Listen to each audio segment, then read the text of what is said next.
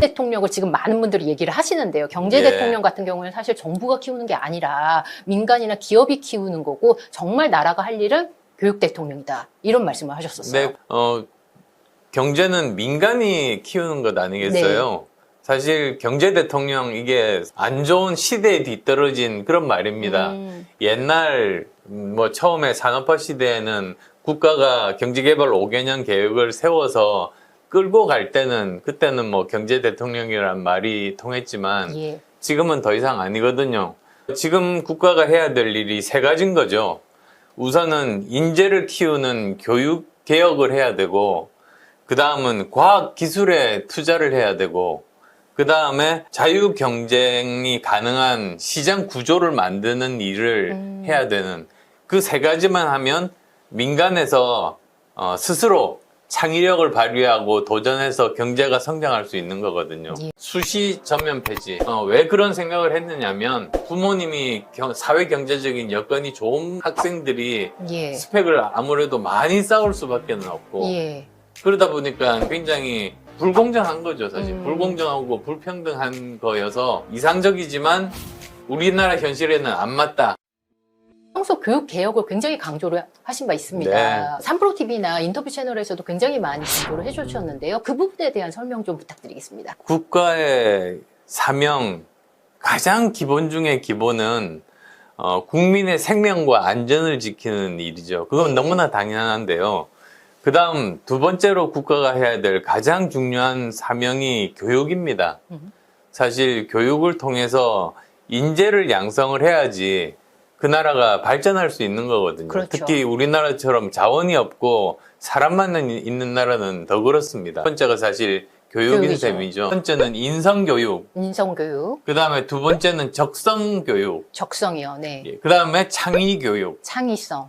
예, 그 세 가지가 가장 중요해요. 그러니까 사람들이 혼자서 할 수 있는 일은 없잖아요. 예. 사실 인성이 밑받침이 돼서 다른 사람들과 함께 그 일을 할 수 있고 협업해야죠. 그리고 또 자기가 틀릴 수도 있다는 그런 열린 마음을 가지고 있는 사람은 그런 사람만이 계속 발전할 수 있는 거거든요. 적성교육은 자기에 대해서 가장 잘 모르는 사람이 자기 같아요. 예. 뭐 저 같은 경우를 예를 들어서 말씀드리면 제가 의과대학 다닐 때였어요. 다른 사람들이 저보고 그러는 거예요. 뭐 다른 직업은 모르겠지만 회사 사장하고는 정말로 안 맞는 사람이라고 거리가 멀 것 저보고 같다. 그렇게 네. 말을 했어요. 근데 뭐 저도 그렇게 생각했고 부모님, 형제, 친구, 친척 다 마찬가지였죠.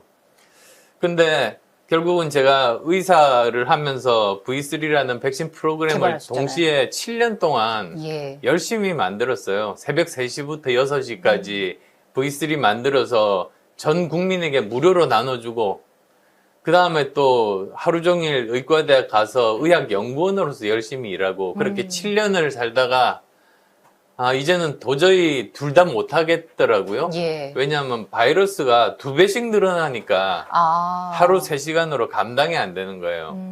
1년 고민했습니다. 네.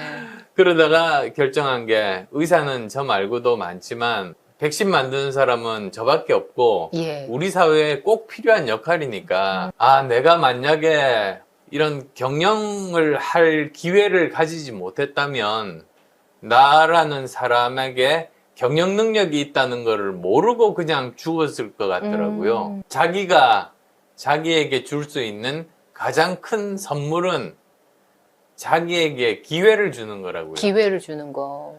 자기가 편견에 사로잡혀서 예. 사실 어릴 때는 모르잖아요.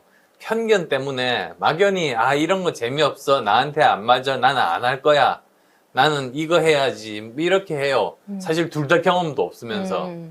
근데 오히려 한번 시도를 해보는 것이 자신에게 기회를 주는 거라고 생각하거든요. 네. 그래서 이 기회를 교육에서 제공을 해야 된다. 예, 그래서 그런 여러 가지 다양한 경험을 통해서 자신이 누구인지, 자신의 적성이 무엇인지를 찾아주는 역할을 하는 것이 또 교육의 역할이라고 생각을 해요. 카톡 문자 하나 보낼 정도 쓸 수 있는 사람과 예.